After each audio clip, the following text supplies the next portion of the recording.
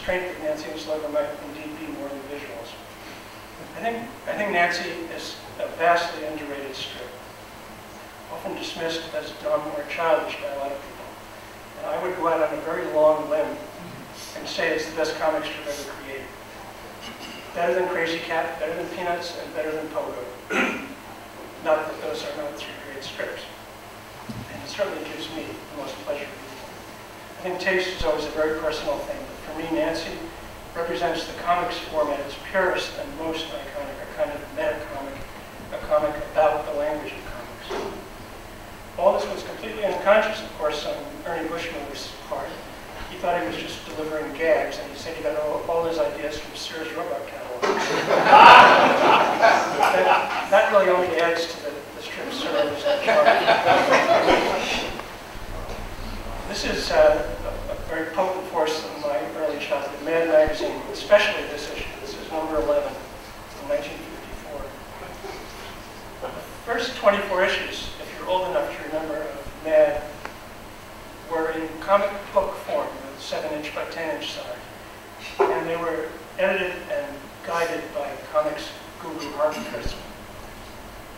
They had his character and direction and brought in all kinds of incredible comic talent like Wally Wood, Will Elder, and Jack Davis. I remember buying this issue of Mad number 11 when it came out.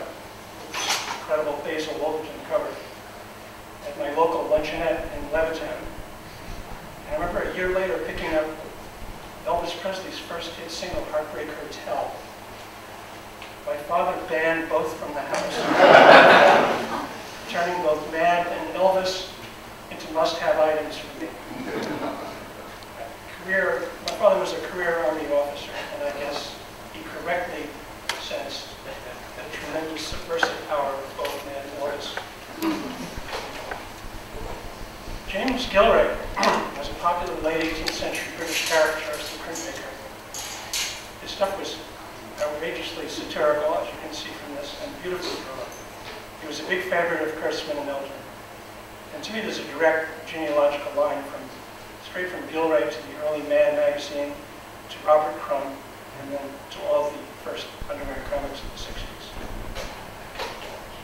My favorite American artist, as opposed to cartoonist of all time, is Reginald Marsh, whose work in the 1930s and 40s focused largely on Bowery bums, Coney Island sideshows, subways, and burlesque houses.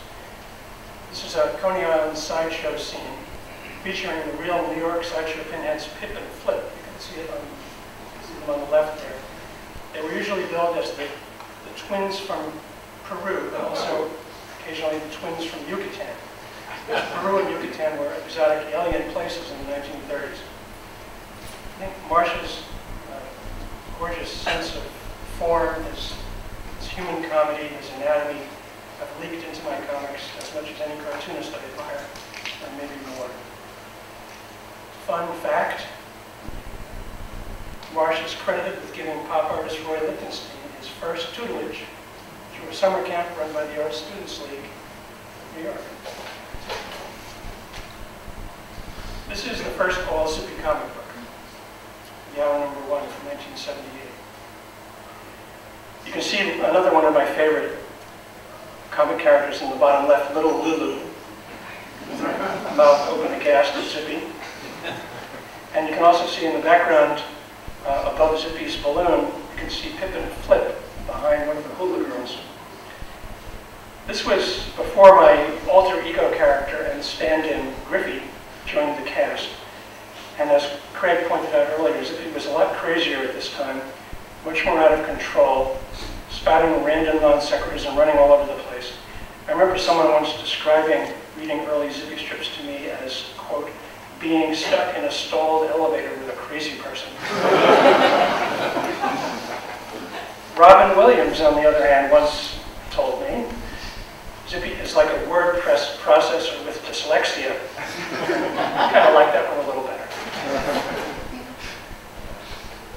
This was a collection of one-page strips from the late 70s. Mostly direct social commentary kind of thing with a lot less craziness than Zippy. I basically made observations from my telescopic eyrie high above Los Angeles, although I didn't by any means limit myself to Los Angeles, and just observed the humans below, in various categories like people who worry, people who collect stuff, cultists, apartment dwellers, punk rockers, whatever. I'm often asked if I'll ever do the Griffith Observatory again.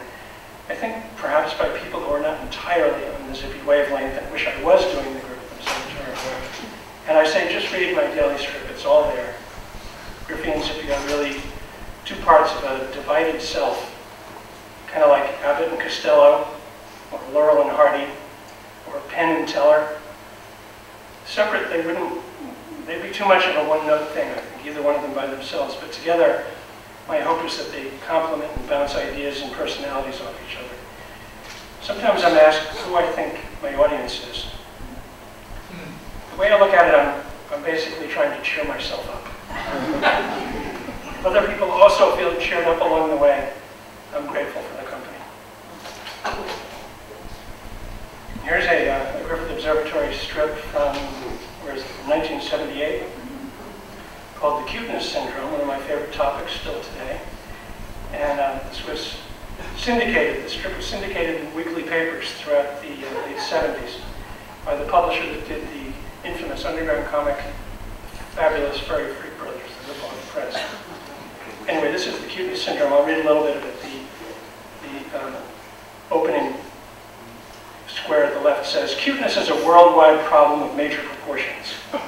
Though cuteness has been with us for centuries, its most recent proliferation threatens to smother us in a plethora of plastic Snoopy pillows." And the shopper is looking at Snoopy, who does not look terribly cute, saying, "Oh, how cute." Skipping to panel number 3. But cuteness is not limited to mass market commercialism. You find it thriving at numerous crafts fairs, where handmade kitsch enthralls many hip types. And the guy on the right is saying, "Step up, me lad. This old worldy style hand-carved dither whimsy is a work of art and only $149.95. And the cool hip guy saying, "Oh, how cute." Skipping down to the bottom right, one of the most painful things to watch is failed cuteness. 2 prime examples of this phenomenon, this is for people who are old enough to get these, are Liberace, who tries to be appealing but is only grotesque, and Mary Tyler Moore, who exhibits a kind of desperation that cuteness only accentuates. Zippy runs for the Oval Office every 4 years. In case you haven't noticed, he's succeeded every time. In 1980, there were actually over 10,000 votes cast for Zippy in California, and I know this because when over 10,000 votes are, these are write-ins obviously, when over 10,000 votes are cast, it is recorded, and you can look it up. You could say Ronald Reagan was not the only clown running that year, I guess. A couple of little Reagan-Zippy connections. Reagan once addressed an audience of construction workers, this was on the news, I remember, in New Orleans in the mid-'80s. And upon being presented with an honorary gold-plated hard hat, he held it aloft, saying to his confused audience, "Sorry, fellas, I can't wear this. I'm a pinhead."